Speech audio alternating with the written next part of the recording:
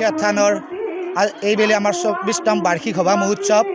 যোৱাকালিৰ পৰা আমাৰ সভা মহোৎসৱৰ আৰম্ভণি হৈছে। আমি তিনিদিনীয়া কাৰ্যসূচীৰে বৰ্ণাঢ্য কাৰ্যসূচীৰে আমি সভা মহোৎসৱ আয়োজন কৰিছোঁ।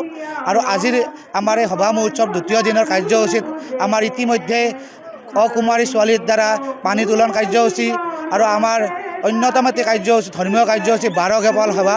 আমি সমিতিৰ তৰফৰ পৰা 12 গৰাকী গোপালক আমি সেৱা কৰোঁ ইয়াতে।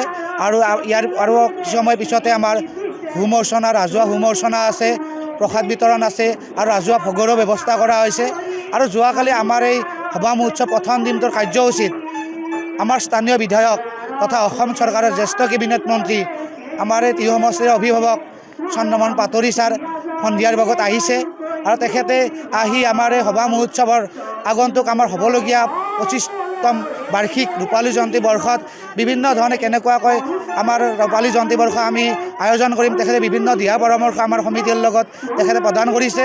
আৰু ৰাইজৰ লগত তেখেতে বহুত সময় আমাৰ সভা মহোৎসৱত তেখেতে আছে। আৰু তেখেতৰ বক্তব্যত এই অনুষ্ঠানটোৰ ধৰ্মীয় অনুষ্ঠানৰ কথা, তেখেতে আমাৰ এই অনুষ্ঠানৰ লগত কি কেনেকৈ জড়িত হৈছিল বা তেখেতৰ বিধায়ক পুঁজিৰে আমাৰ অনুষ্ঠানটিত কেনেধৰণে সহায় কৰিছে তেখেতে ৰাইজৰ আগত বক্তব্য দাঙি ধৰিছে।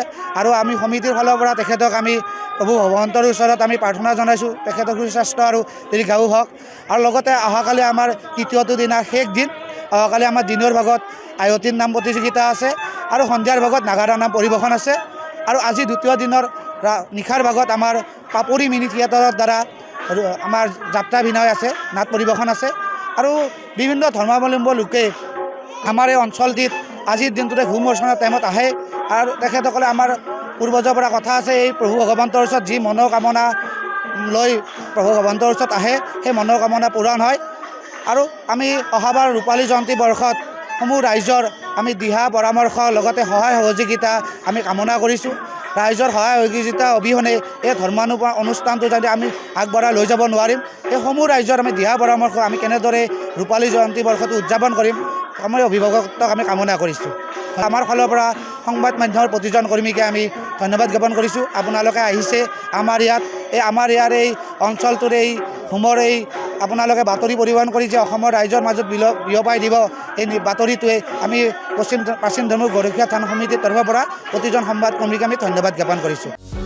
যিকোনো খবৰৰ বাবে যোগাযোগ কৰক আমাৰ এই নম্বৰত 9181 307 221।